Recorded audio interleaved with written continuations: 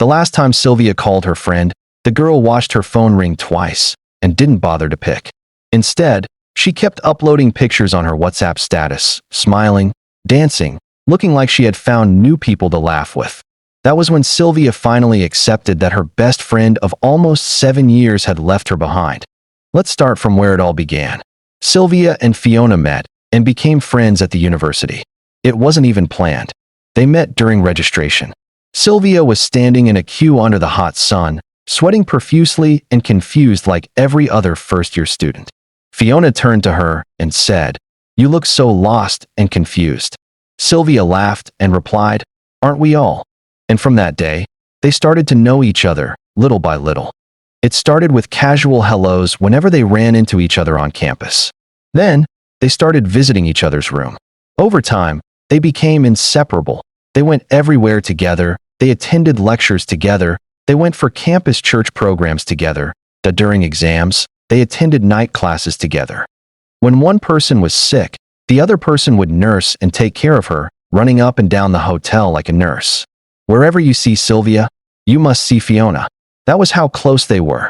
Whenever they were broke, they would laugh and make fun of each other. Even when they failed a test for a course they didn't study for, they failed it together. They always said, "We rise or fall together." By final year, things started to change between them, little by little. Fiona had always been interested in learning how to apply makeup. She used to learn from makeup tutorial videos on YouTube and practice on Sylvia's face. At first, she was really bad at it. One time, the foundation she used on Sylvia's face did not match her skin tone, and it was patchy, no matter how much she tried to blend it in, but they still posted it like that and laughed about it. With consistent learning on YouTube and practicing on Sylvia's face, Fiona became better at applying makeup, and so, she started collecting small money to do makeup for other girls in their hostel. At first, it was just a small fee, something to keep her motivated, but Fiona was a very smart girl. Before their graduation, she had already created a makeup business page on Instagram, and she bought a ring light, which she uses to film the makeup she does on her clients. The more her makeup skills improved, the more referrals she got from her clients. She was getting lots of clients. And before she knew it, people started calling her the makeup queen. Sylvia always supported Fiona. She always took pictures and videos of the makeup and posts on her social media platforms. She also helped Fiona carry her makeup box anytime she had a makeup job. She even sat for Fiona to practice on her face late into the night, no matter how exhausted she was. If Fiona had a job, Sylvia would follow her there to assist her. Sylvia wasn't getting paid for any of her sacrifices, even though Fiona was making lots of money from so many clients. Sylvia's support for Fiona was unwavering, even at her own expense. When it was time for their final year project, Sylvia did most of the research work for Fiona because Fiona was booked and busy with her makeup clients. She was making lots of money from her makeup job that she even considered dropping out from school. According to Fiona, she was already making lots of money, so there was no need for her to continue with her studies. But Sylvia encouraged her to try and graduate so she can at least have her certificate after spending years in the university. Sylvia also went out of her way to assist Fiona with school projects and assignments, just to make sure her best friend graduated with her. When graduation came, they both graduated with good results, and everyone was happy. When it was time for NYSC, they got posted to different states. Sylvia was posted to Benue State, while Fiona was posted to Abuja. At first, communication between them wasn't an issue. They still called each other and spoke for hours every day. They still shared funny memes on WhatsApp every day. It was beautiful. It never felt as though they were in different states, very far away from each other. But slowly, Fiona started pulling away.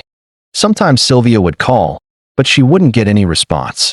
She would send text messages, and Fiona would reply 2 days later, or not reply at all. At first, Sylvia thought that maybe Fiona was just busy. She made excuses for her changed behavior, and she tried to understand. One Saturday, Sylvia had just finished her weekend chores, and in a bid to unwind from all the Saturday washing and cleaning, she opened her Instagram app, but the pictures she saw on her best friend's page made her speechless. Her best friend Fiona was at a beach party in Lagos, surrounded by popular influencers. There was so much laughter, drinks, and big people in the Instagram photos, and her caption read, "Surround yourself with people who match your energy." Sylvia felt a strong sting in her chest. That was the day her heart broke a little. She called Fiona that night. The call rang multiple times, but there was no answer. She called again the next day, but still, there was no response, no return call, no message, nothing, just silence. That was when Sylvia realized that she had been left behind. After NYSC, Sylvia returned home and started job hunting. She was sending applications to many different companies, going for job interviews, hoping for something good. She wasn't doing badly, but she wasn't shining either. Fiona, on the other hand, had moved to Lagos after NYSC. She was now a big makeup artist. Top celebrities were tagging her. Movie makers were using her services. She even launched her own makeup line, which got sold out almost immediately after it launched. Sylvia saw it all online.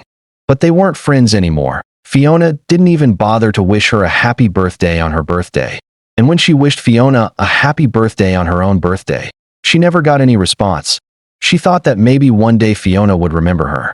Maybe she would randomly call her or chat her up to give her an explanation of what went wrong between them, but nothing came.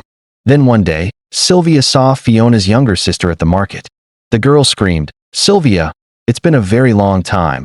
They both hugged and laughed. Sylvia asked her, "How is your sister Fiona?" The girl replied, "She is doing amazing. You guys don't talk anymore." Sylvia just smiled. They exchanged pleasantries and each went their separate ways.